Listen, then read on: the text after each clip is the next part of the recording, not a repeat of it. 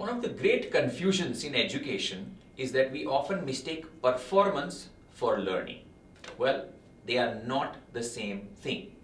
A student can produce a polished essay, a neat summary, a persuasive paragraph, even a rather suspiciously eloquent history assignment, and yet learn almost nothing in the process.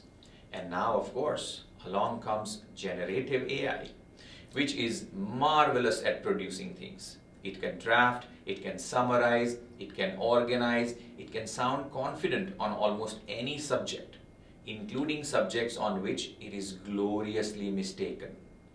And so, we are faced with a very modern question. If a student can complete the task beautifully, have they actually learned?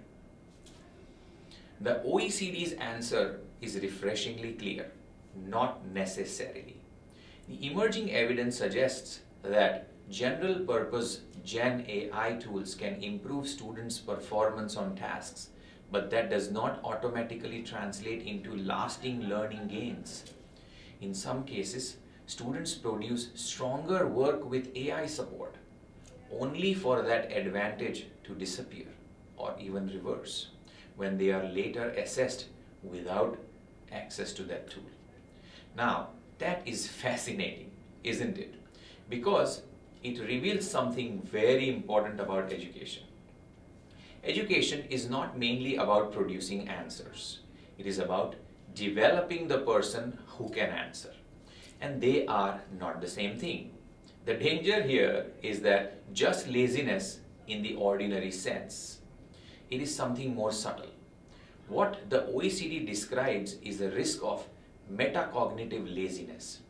In other words, if a tool does too much of the thinking for us, we may slowly lose the habit of thinking with depth ourselves.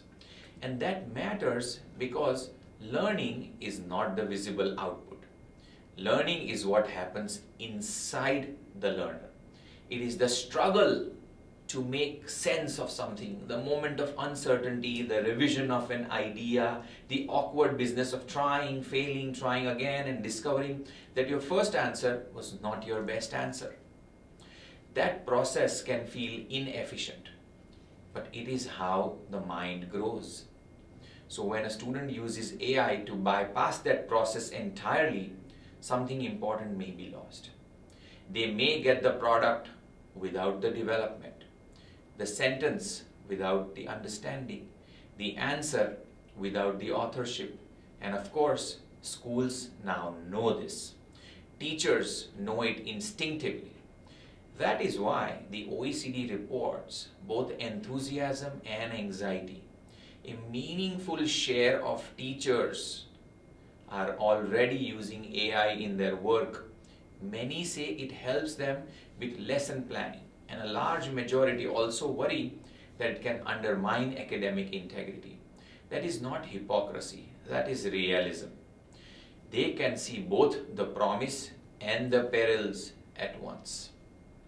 The real question then is not whether generative AI can help students do things. Clearly it can. The question is whether it helps students become more capable, more thoughtful, more knowledgeable, more independent. Because if technology makes work easier but minds weaker, then we have not advanced education.